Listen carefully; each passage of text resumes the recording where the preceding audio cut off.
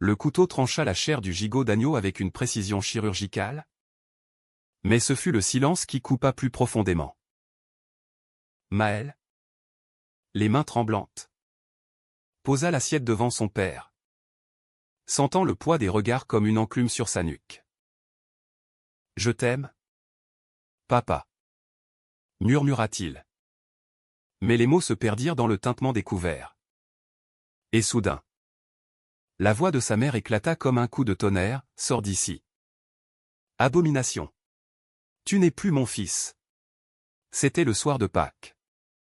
Dans la maison familiale des faubourgs de Lyon, où les œufs peints et les cloches en chocolat masquaient à peine l'hypocrisie bourgeoise. Maëlle avait 25 ans. Un diplôme d'ingénieur en poche et un secret qui le rongeait depuis l'adolescence. Il l'avait avoué ce midi-là, après le repas principal, quand la tension avait culminé autour de la table en chêne ciré. « Je suis gay », avait-il dit simplement, comme on annonce la pluie après un orage. Sa sœur aînée, Claire, avait hoché la tête avec un sourire forcé. Son frère cadet, Julien, avait ricané nerveusement. Mais ses parents. Oh, ses parents. Le père, un notaire rigide aux moustaches grisonnantes, avait repoussé sa chaise si violemment que le vin rouge avait giclé sur la nappe blanche.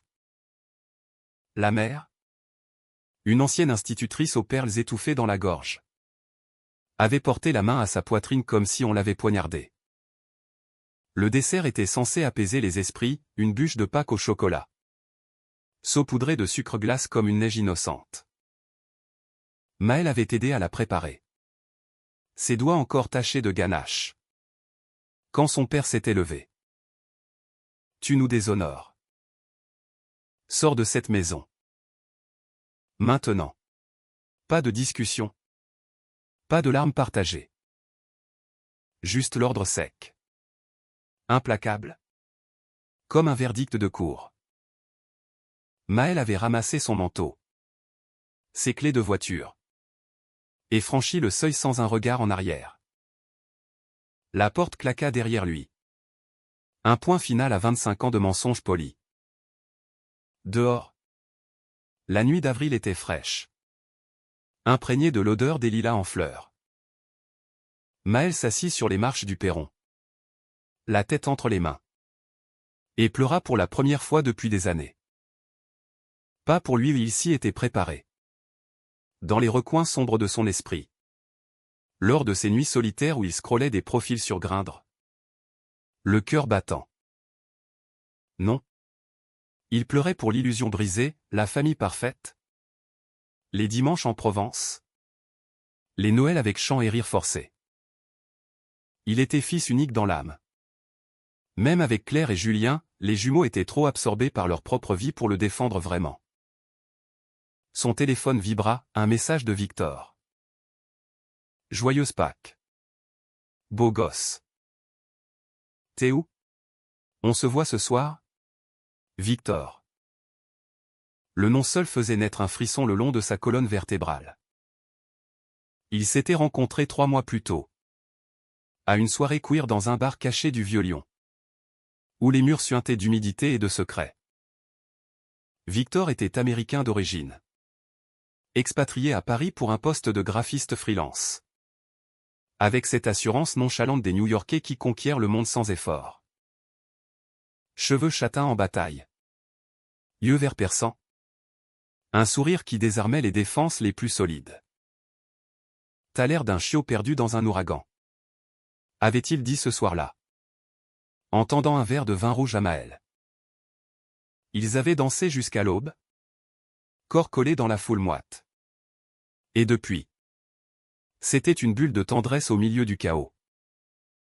Maëlle répondit d'une main fébrile, « Besoin de toi. Chez toi. » Tout de suite. Il démarra sa vieille Peugeot, les phares trop en l'obscurité des rues pavées. Lyon dormait, indifférente à son exil. En roulant, les souvenirs affluaient, les premiers baisers volés avec Victor sous les arcades de la place Bellecour. Les promenades le long de la Saône où ils se racontaient leurs peurs d'enfant. Victor, avec son accent chantant teinté de français approximatif, parlait de son coming out à 16 ans. Dans une famille progressiste de Brooklyn. La mienne? Des cathos intégristes. Avait ri Maël un soir. Pour masquer sa terreur. Mais ce soir, la terreur était nue. Écorchée. L'appartement de Victor se nichait au 3e étage d'un immeuble haussmannien dans le quartier de la Croix-Rousse. Avec vue sur les traboules labyrinthiques. Quand Maël frappa. La porte s'ouvrit sur un Victor en jeans slim et chemise ouverte. Les cheveux humides d'une douche récente. Et qu'est-ce qui t'arrive? Victor la tira dans ses bras sans un mot. Et Maël s'effondra contre son torse. Sanglotant comme un enfant. Ils restèrent ainsi longtemps. Le monde extérieur réduit à un murmure. Puis Victor le guida vers le canapé. Alluma une lampe tamisée. Et prépara 2 tasses de thé à la menthe. Raconte-moi tout. Maël parla pendant 1 heure. Les mots jaillissant comme un torrent, le dîner tendu. L'aveu maladroit. L'explosion parentale. Victor écouta. Main dans la sienne. Pouce caressant doucement sa paume. C'est leur merde. Pas la tienne. Dit-il enfin. D'une voix ferme mais douce. Tu mérites mieux. On mérite mieux. Il l'embrassa alors. Un baiser lent. Profond. Qui effaça temporairement la douleur. Leurs lèvres se mêlèrent avec une urgence nouvelle. Comme si le monde pouvait s'écrouler à tout moment. Maël glissa ses doigts dans les cheveux de Victor, tirant légèrement. Et ils basculèrent sur le tapis perçant. Vêtements éparpillés comme des feuilles mortes. Cette nuit-là, l'amour fut leur refuge. Victor, avec sa tendresse américaine, ses petits gestes hollywoodiens comme mordiller l'oreille en murmurant « Je t'aime » fit renaître Maël de ses cendres. Ils firent l'amour avec une passion fiévreuse. Corps entrelacés dans la lueur des bougies. Sueur et murmures fusionnant en un cocon. Au petit matin. Enlacés sous les draps froissés. Maël se surprit à rire pour la première fois depuis des heures. Et maintenant, demanda-t-il. Traçant du doigt les tatouages discrets sur l'épaule de Victor, un arc-en-ciel stylisé. Un rappel de fierté. Maintenant. On vit, répondit Victor simplement. Et on affronte le reste ensemble. Ils passèrent la journée à paresser. Commandant des croissants et du café via Deliveroo. Regardant des films queer sur Netflix, Brokeback Mountain pour l'émotion brute. Call Me By Your Name pour la romance italienne qui faisait écho à leur propre idylle française. Mais sous la surface. Une graine de rancune germait en Maël. Ses parents n'avaient pas appelé, pas un message. Pas une excuse. Claire avait envoyé un texto laconique, désolé. Donne-leur du temps. Du temps? Pourquoi? Pour digérer l'idée que leur fils n'était pas le gendre idéal qu'ils imaginaient? Les semaines suivantes furent un tourbillon. Maël déménagea chez Victor, transformant l'appartement exigu en un nid douillet avec des plantes suspendues et des photos polaroïdes de leurs escapades, un pique-nique au parc de la Tête d'Or. Une nuit au Moulin Rouge où Victor avait dansé comme un fou sous les néons. Professionnellement, Maël atterrit un job dans une start-up tech à Lyon. Concevant des apps pour la communauté LGBTQ+. Victor, de son côté, enchaînait les contrats freelance. Ses designs graphiques infusés d'une sensibilité queer qui attirait les clients parisiens.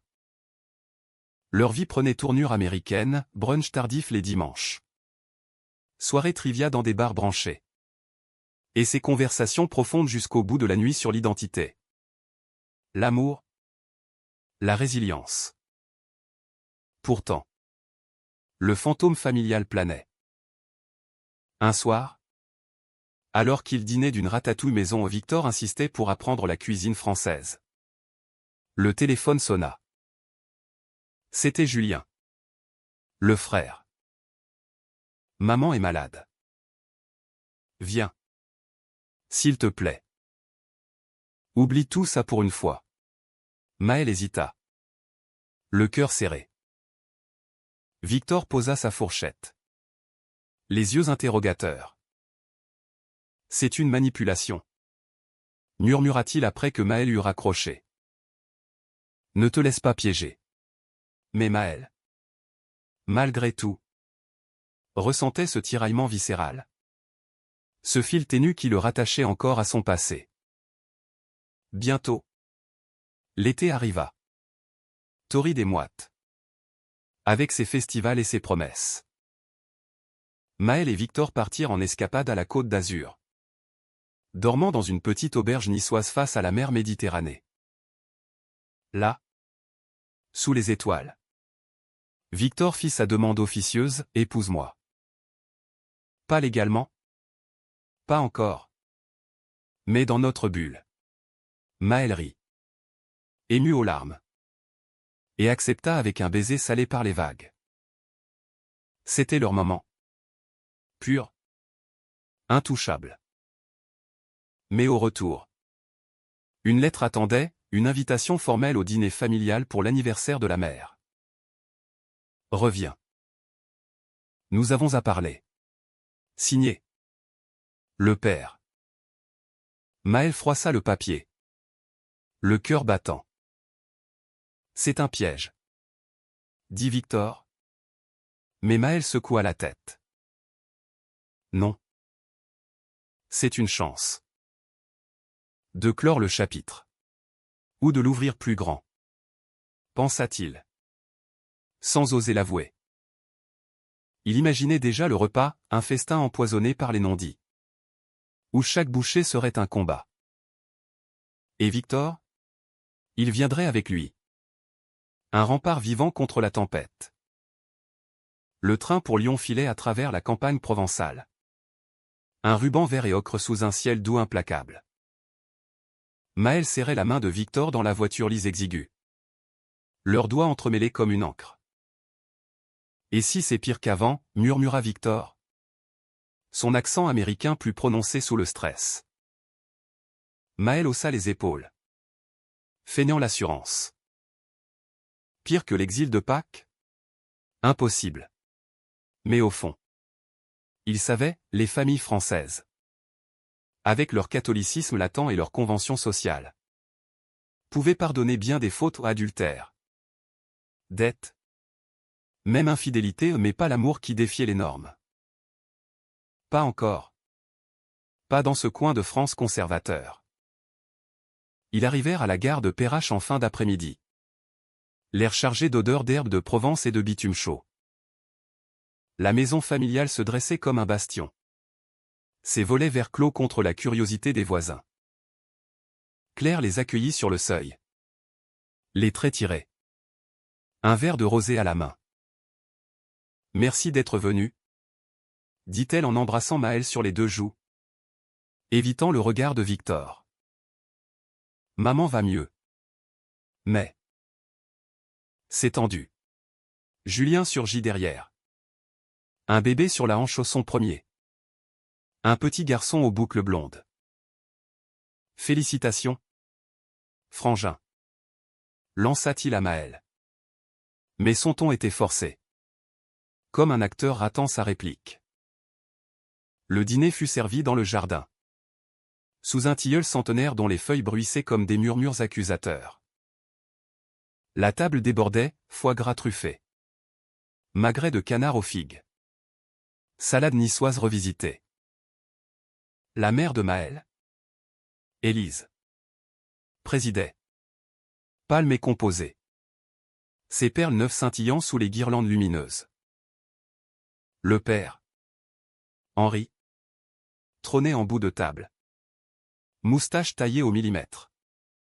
Un verre de côte rôtie à portée de main. Victor, assis à côté de Maël, se tenait droit. Son charme new-yorkais tempéré par une courtoisie française apprise à la dure. Les premiers toasts passèrent dans une politesse guindée. À la santé de tous, proposa Henri. Et les verres tintèrent comme des menottes. Élise complimenta Victor sur son français si fluide pour un Américain, ignorant superbement la raison de sa présence. Maël. Le cœur en étau. Mangeait mécaniquement. Chaque bouchée un rappel de ce premier dessert empoisonné. Puis vint le moment inévitable, Claire. Un peu ivre. Lâcha, alors. Vous deux. C'est sérieux? Le silence tomba comme une lame. Victor, sentant le piège, répondit avec un sourire désarmant, très sérieux. Maël est l'homme de ma vie. Henri toussa dans son napquin. Élise piqua sa fourchette dans une tomate cerise comme si elle voulait l'éclater. Julien changea de sujet, babillant sur son boulot de comptable. Mais l'air s'alourdit. Maël, incapable de se taire plus longtemps, posa ses couverts. Pourquoi nous avoir invités? Pour faire semblant? Henri se raidit. Pour la famille. Maël. Pour ta mère. Elle a eu une alerte cardiaque après l'incident de Pâques. À cause de toi. Les mots frappèrent comme un uppercut. Élise baissa les yeux. Larmes contenues. Victor glissa sa main sous la table. Un geste muet de soutien. Maël sentit la bile monter. À cause de moi? Ou de votre intolérance? Sa voix trembla. Mais il continua. Les mots jaillissant comme un barrage rompu. Il raconta tout, les nuits d'insomnie adolescente. Les thérapies de conversion forcées par un oncle prêtre. Les amours cachés qu'il avait brisés. Victor hocha la tête, ajoutant doucement, l'amour n'est pas une maladie. C'est ce qui nous rend humains. Claire pleura ouvertement, Julien détourna le regard. Mais Henri explosa, c'est contre nature. La Bible? Nos traditions. Tu nous as trahis. Trahis. Le mot résonna. Écho cruel de la trahison que Maël avait toujours redoutée. Victor se leva. Furieux. C'est vous qui trahissez votre fils. L'amour que vous prêchez n'est qu'une façade. La dispute s'enflamma. Voix chevauchant voix. Assiette repoussée. Élise s'effondra en sanglots. Murmurant, j'ai peur pour ton âme. Mon fils. Maël quitta la table le premier, traînant Victor vers la voiture. Ils roulèrent en silence vers Lyon. La radio diffusant une chanson de Barbara l'Aigle Noir. Un hymne à la douleur enfouie. Je suis désolé, dit Maël enfin, larmes coulant sur ses joues. Victor gara la voiture sur un arrêt de tram désert. L'attira contre lui. Ne t'excuse pas. C'est leur poison. Pas le nôtre. Ils s'embrassèrent là. Sous les néons clignotants. Un baiser désespéré. Salé de sel et de regret. Cette nuit. De retour à l'appartement. Leur amour fut plus intense. Plus primal, corps se heurtant comme pour conjurer la solitude. Murmure des « je t'aime » contre la peau moite. Les jours suivants furent un brouillard. Maël plongea dans le travail, codant furieusement sur son laptop, transformant sa rage en ligne de code pour une app de soutien psychologique queer. Victor, sentant sa détresse, organisa une surprise, un week-end à Paris. Ville des amours impossibles. Ils arpentèrent le Marais, main dans la main, s'arrêtant dans des librairies LGBTQ+, où Maël acheta Le Garçon de Pâques. Un roman sur un coming-out familial. C'est thérapeutique, rit-il. Mais ses yeux trahissaient la plaie ouverte. Pourtant, la graine de conflit grandissait. Victor reçut un appel anonyme clair. En réalité, suppliant, convainc-le de revenir seul. Papa est prêt à pardonner. Mais pas avec toi. Tu es l'intrus. Victor raccrocha. Écœuré. Mais ne dis rien à Maël. Était-ce de la protection? Ou le début d'une faille? Les nuits. Il faisait l'amour avec une ferveur renouvelée. Mais Maël sentait une distance subtile, Victor plus absent. Checkant son téléphone plus souvent. Un client urgent. Expliquait-il. Maël voulait croire. Mais le doute s'insinuait. Venimeux. L'automne arriva avec ses feuilles rousses et ses pluies mélancoliques. Maël organisa un dîner pour des amis queer, un repas de la résilience. Comme il l'appelait. Table dressée avec soin, escargot à la bourguignonne. Coq au vin mijoté pendant des heures. Tarte aux pommes pour le dessert. Victor arriva en retard. Excuse sur les lèvres. Mais son regard fuyant alerta Maël. Parmi les invités, un activiste parisien. Lucas flirtait ouvertement avec Victor. Riant à ses blagues américaines. Maël observa. Le cœur pincé. Mais se força à sourire. Était-ce la jalousie?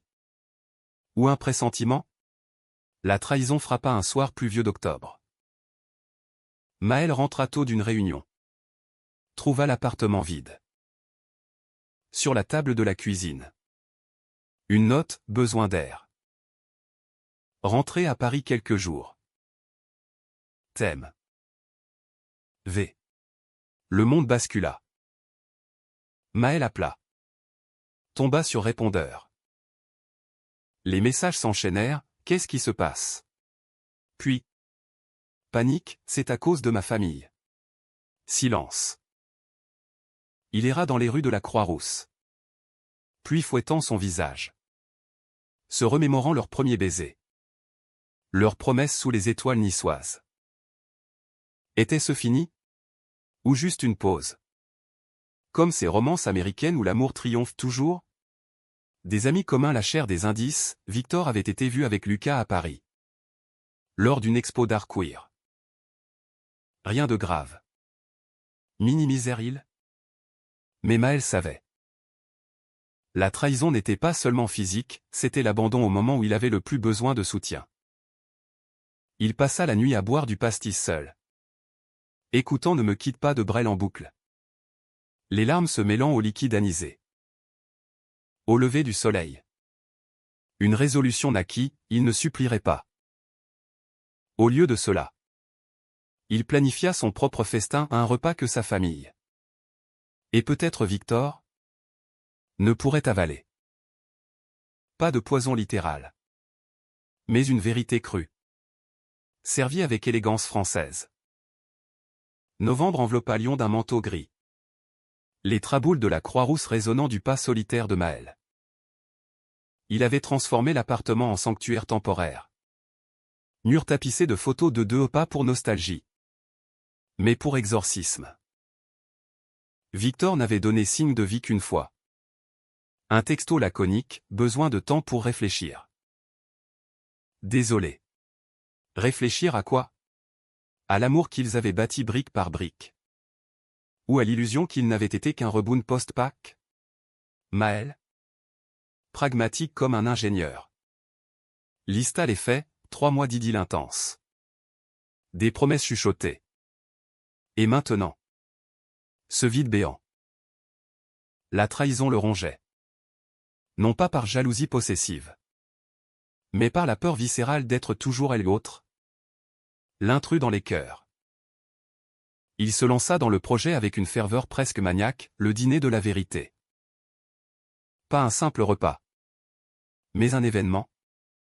Une performance culinaire et émotionnelle inspirée des dîners drag queer parisiens qu'il avait vus en vidéo.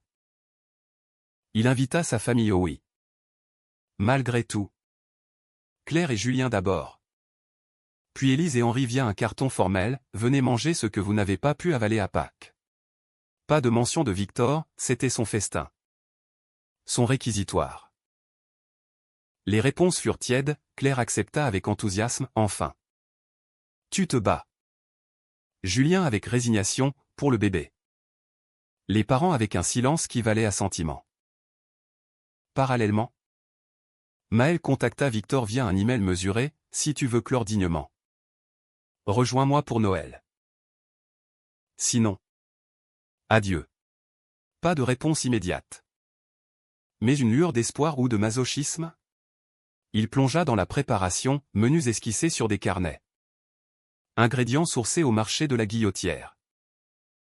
Thème, les saveurs de l'exil. Entrée, huîtres au citron vert. Un clin d'œil à l'Amérique de Victor. Plat, agneau confit aux épices orientales. Écho à l'agneau pascal rejeté. Dessert, un Paris-Brest revisité. Fourré de crème amande pistache. Symbole de l'amour croquant et fragile. Les répétitions furent cathartiques. Maël cuisinait seul. Radio-diffusant du jazz manouche. Imaginant les visages autour de la table. Il en parla à son thérapeute. Un quinquagénaire queer aux lunettes rondes, c'est de la thérapie culinaire. Mon cher. Tu sers non seulement la nourriture, mais ton âme. Maël rit. Mais au fond, c'était vrai. Chaque recette était une couche de son histoire, la sauce au vin rouge pour le sang familial versé. Les herbes fraîches pour la résilience verte qui repousse. Victor réapparut mi-décembre. Comme un fantôme Noël. Il débarqua à l'appartement sans avertir. Valise à la main. Yeux cernés par des nuits new-yorkaises au nom. Parisienne. Avec Lucas. Avoua-t-il d'emblée. C'était une erreur. Une fuite. Ta famille m'a contacté. Claire surtout. Elle a dit que j'étais toxique pour toi. Que je te tirais vers le bas. Maël. Dos à l'évier. Couteau en main tranchant des oignons. Sentit les larmes monter au pas de rage. Mais de tristesse pure. Et tu l'as cru? Après tout? Victor s'approcha. Main tendue. Non. J'ai flanché. La pression. Être l'Américain. L'étranger dans ton drame familial. Mais je t'aime. Maël. Vraiment. Le baiser qui suivit fut hésitant. Puis affamé. Un mélange de pardon et de désir refoulé. Ils passèrent la nuit à se redécouvrir. Corps familier mais marqué par l'absence, caresse plus douce. Murmure plus profond. Reste pour le dîner. Supplia Maël au matin. Enlacé sous les couvertures. Victor accepta. Mais avec une clause, seulement si on affronte ensemble. Pas de secret. Ils scellèrent le pacte d'un café partagé. Planifiant les discours. Les silences stratégiques. Pourtant. Une ombre persistait, et si la trahison avait creusé un fossé irrémédiable? Le soir du dîner arriva. Enveloppé de flocons timides un Noël blanc pour Lyon. Rare et mélancolique. L'appartement. Décoré de guirlandes LED et de bougies blanches. Bourdonné d'anticipation. Maël. En chemise blanche impeccable. Cheveux gominés à la française. Accueillit les premiers arrivants, Claire avec son mari et le bébé. Julien seul. Nerveux. Puis Élise et Henri. Engoncés dans leur manteau de laine. Regard fuyant. Belle table. Marmonna Henri. Mais son ton était guindé. Comme un visiteur poli. Victor arriva en dernier. Costume slim noir. Cravate arc-en-ciel discrète. Les parents se figèrent, Élise porta la main à sa gorge. Lui, siffla Henri. Maël leva son verre, oui. Lui. Mon amour. Asseyez-vous. Le repas commença dans une tension palpable. Les huîtres furent avalées en silence. Le citron piquant les langues comme les non-dits. Puis, autour du plat principal, Maël prit la parole. Ce gigot n'est pas comme celui de Pâques. Celui-ci est assaisonné d'épices du monde cumin. coriandre? Un peu d'Amérique. Parce que l'amour n'est pas confiné à une assiette familiale. Victor enchaîna. Voix ferme, j'ai trahi Maëlle. Une fois. Par peur. Par faiblesse. Mais j'ai appris, l'amour vrai affronte les tempêtes. Il ne les fuit pas. Les parents blêmirent, Claire hocha la tête. Larmes aux yeux. Julien. Distrait par le bébé. Murmura, c'est dur pour nous aussi. Tu sais. Mais Henri explosa, c'est du chantage. Tu nous invites pour nous humilier? La voix tonna, faisant trembler les verres. Maëlle se leva. Calme souverain. Non. Papa. Pour guérir. Ou du moins. Pour que vous voyiez ce que vous avez failli perdre. Il raconta alors tout, la solitude post-Pâques. La bulle avec Victor. La trahison qu'il avait presque brisée. Élise pleura. Murmurant, je t'aime. Mon fils. Mais j'ai eu si peur. Victor. Main sur l'épaule de Maëlle. Ajouta, la peur n'excuse pas la haine. Le dîner s'étira. Mot heurtant mot. Rire nerveux perçant parfois le voile. Le dessert arriva comme un verdict, le Paris-Brest. Doré et gonflé. Fourré de crème onctueuse. Maëlle le servit lui-même. Portion généreuse pour chacun. Le regard planté dans celui de son père. Goûter. C'est sucré amer. Comme la vie. Henri hésita. Fourchette en suspens. Puis mordit. Le silence s'étira. Rompu seulement par le craquement de la pâte feuilletée. Élise. Les yeux rougis. Avala une bouchée et murmura, c'est délicieux. Maëlle. Comme toi. Un aveu minuscule. Mais monumental dans l'arsenal émotionnel français. Où les sentiments se distillent en gouttes rares. La soirée bascula alors dans une trêve fragile. Claire porta un toast à la famille. Recomposée ou pas. Les verres tintèrent. Et pour la première fois. Henri serra la main de Victor, un geste raide. Mais sincère. Vous. Vous rendez mon fils heureux. Victor. Avec son franc-parler américain. Répondit, plus que quiconque. Et je ferai tout pour que ça dure. Julien. Adouci par le vin. Confia ses propres doutes, j'ai toujours su. Pour toi. J'aurais dû te défendre à Pâques. Le bébé gazouilla. Un cœur innocent au milieu des confessions. Pourtant. Sous la surface. Les fissures persistaient. Tandis que les invités repartaient dans la nuit enneigée au clair promettant un appel hebdomadaire.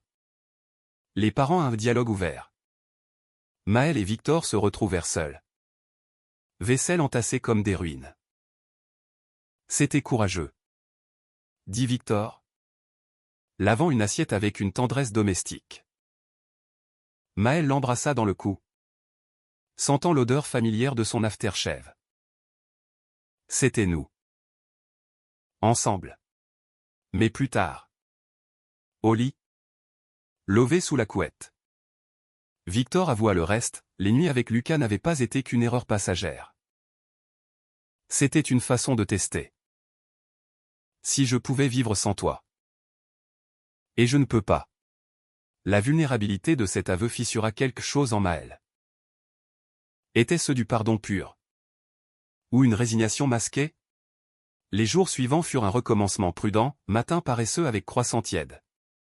Soirée accolée côte à côte. Victor esquissant des logos queer sur sa tablette.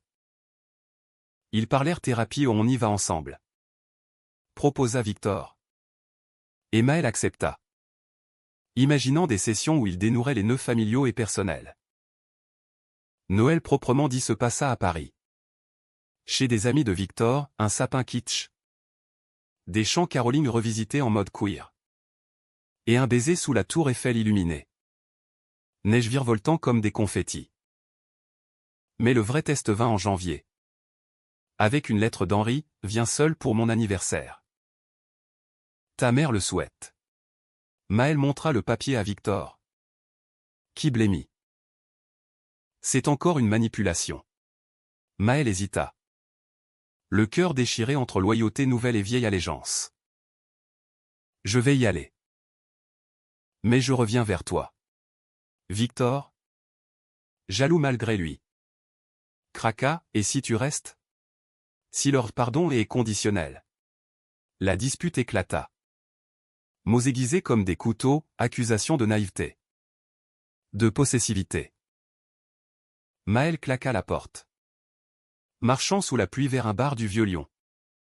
Où il noya son chagrin dans un kir royal. De là. L'escalade fut rapide. Victor, fou d'inquiétude, débarqua au bar. Trempé jusqu'aux os. Je ne te perds pas une seconde fois. Ils se réconcilièrent dans une alcôve sombre. Baiser fiévreux au goût de cerises et de regrets.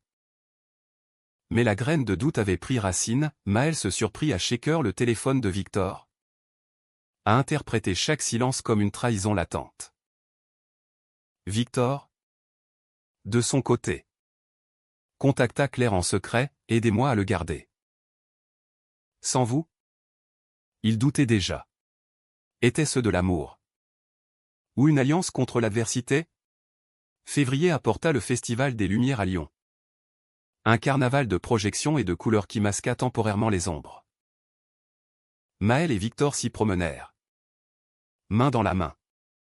Admirant les façades illuminées de la cathédrale Saint-Jean ironique cruelle? Lieu de tant de mariages hétéros. Un jour, on se mariera ici? Murmura Victor. Et Maël rit. Mais le mot un jour sonna comme une promesse fragile. Professionnellement, Maël lança son app, Pack Arc-en-Ciel. Un réseau de soutien pour coming-out familiaux. Les téléchargements explosèrent. Article dans Le Progrès louant son courage humaniste. Victor illustra l'interface. Ses traits fluides infusant l'écran d'une tendresse numérique. Pourtant, le chaos couvait. Henri appela un soir, ton app. C'est une insulte à nos valeurs. Maël raccrocha. Furieux. Mais Élise suivit d'un message, je l'ai téléchargé. Merci. Mon fils. Un pas de plus vers la rédemption? Victor, sentant la tempête, proposa une fuite, allons à New York. Ma famille t'accueillera. Maël, tenté par l'horizon américain, cette terre de rêve queer. De Stonewall et de Pride. Accepta. Ils bouquèrent les billets. Imaginant Central Park en fleurs. Des dîners chez des tantes progressistes. Mais la veille du départ, la trahison revint hanter. Claire confia à Maël, Victor m'a demandé de l'argent.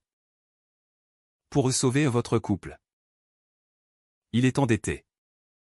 Avec Lucas encore dans le tableau. Le monde s'effondra. Maël confronta Victor cette nuit-là.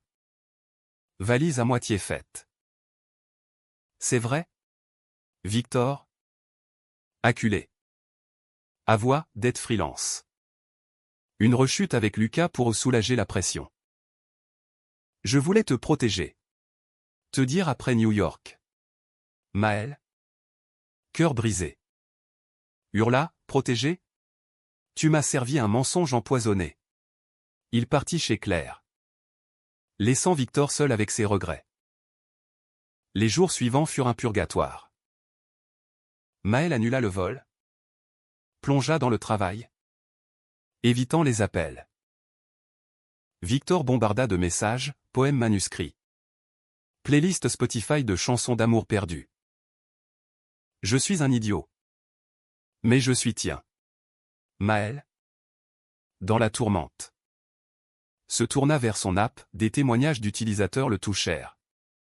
Histoire de famille brisée et recollée. L'amour se cuisine à feu lent. Écrivit l'un. Inspiré, il organisa un second dîner au pas pour la famille. Mais pour Victor seul. Viens. Ou pars pour de bon. Mars entra dans Lyon comme un lion. Vent hurlant et pluie battante. Miroir parfait de l'âme tourmentée de Maël. L'appartement de Claire, avec son bébé criant et ses dîners familiaux forcés, n'était qu'un abri temporaire. Maël y cuisinait mécaniquement en blanquette de veau pour apaiser les tensions. Mais son esprit bouillonnait. La trahison de Victor n'était pas qu'une infidélité, c'était un écho cruel à celle de sa famille. Un rappel que l'amour, même queer et résili, pouvait se faner sous le poids des secrets. Pourtant, au milieu de la nuit, il relisait les messages de Victor. Le cœur tiraillé entraînait nostalgie. Reviens. Suppliait l'un. Je servirai n'importe quel repas pour te reconquérir. Le dîner eut lieu un vendredi saint, ironie du calendrier. Écho à ce Pâques maudit. Maël avait loué une petite salle dans un centre communautaire queer de Gerland. Murs peints en arc-en-ciel. Table nappée de lin blanc. Menu minimaliste mais chargé de symboles, soupe à l'oignon gratiné pour les larmes versées. Entrecôte aux échalotes pour la chair à vif. Et pour finir, une omelette norvégienne flambée. Flamme dansant comme un espoir fragile. Victor arriva ponctuel. Costume froissé. Yeux rougis par l'insomnie. Merci de m'avoir invité, murmura-t-il en s'asseyant. Maël, en tablier impeccable, servit la soupe sans un mot. Le bouillon fumant comme une prière silencieuse. Ils mangèrent en tête-à-tête. Le tic-tac d'une horloge comblant les silences. Puis Maël parla. Voix mesurée, ce repas.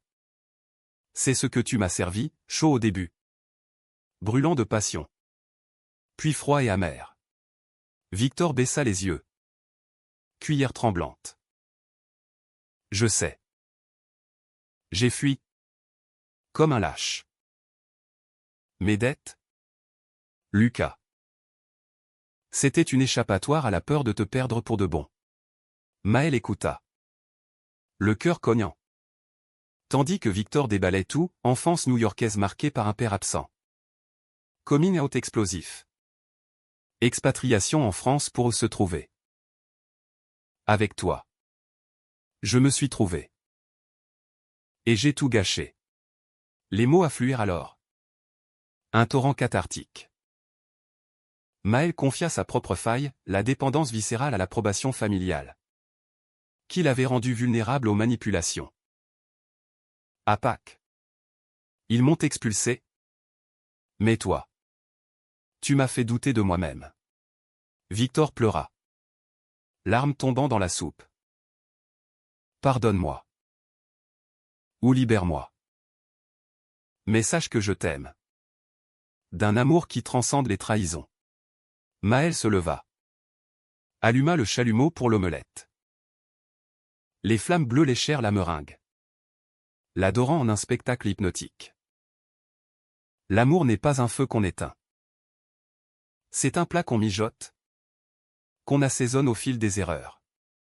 Ils partagèrent le dessert. Cuillère entremêlée.